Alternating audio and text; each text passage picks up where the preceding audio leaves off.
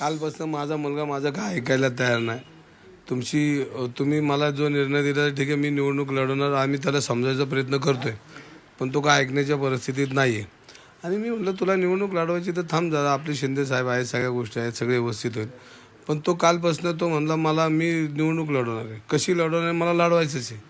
मग तो ऐकत नाही. आता त्याला आम्ही शिंदे साहेबांकडे मी घेऊन जाईन, वाटलं तर त्याला समजून सांगायला नाही मिळालं तर काय पर्याय? नाही तर त्याला आम्ही समजवतो की युती धर्म आपल्याला पाळायचा आहे, शिवसेनेचा धनुष्यबाण तुझ्या बरोबर आहे, काळजी करू नको. पण आता शेवटी त्याला आता आम्ही समजवतो. आता बरेच त्याचे मित्र, माझे मित्र आले, त्याला समजवलं झालेत की बाबा असा काय निर्णय घेऊ नको तू. पण आता शेवटी तो आता ऐकलं तर ते दंगेकरांचं रक्त कुठलं. मग पर्याय काय त्याच्याकडे? नाही परत तो लढणार आहे. आता कसं लढणार आहे आता त्या काय माहिती. आता त्याला विचारलं पण मी आज त्याच्याशी बोलणार आहे. कुठला प्रभाग असणार आहे? नाही तो लढणार तर चांगलंच लढणार ना, ओके लढणार. कुठला प्रभाग असणार? चांगला प्रभाग असेल, चांगला उमेदवार तो बरोबर लढणार. तो पारंपरिक राजकीय लढत आहे काही, तुम्ही आणि बीडकर ज्या पद्धतीने लढत. नाही आता लढत कुठली होणार ते तुम्हाला 2 दिवसांनी कळेल ना, फॉर्म बिम भरलं कळेल, जी काय आहे ती कळेल. मग धंगेकरांचं ऐकलं जात नाही का? जर मुलालाच उमेदवारी मिळवून देता येत नसेल तर मग धंगेकरांचं सळसळचं रक्त कुठे गेलं?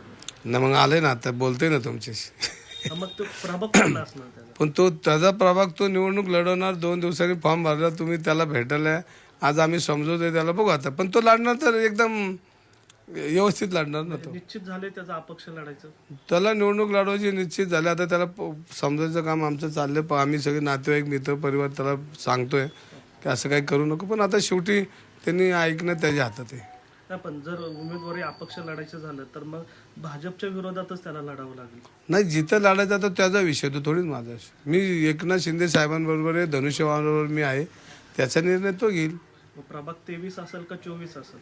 कुठंतरी लढणार काम आहे ते. काय असं निवडणूक तर ती लक्षवेधीच होणार, जी होणार ती लक्षवेधी होणार. एक बाप म्हणून त्याला मार्गदर्शन राहणारच ना. पण नाही शेवटी बापच आहे, शेवटी तो बापच असतो ना. मग अपक्ष असला तरी केवळ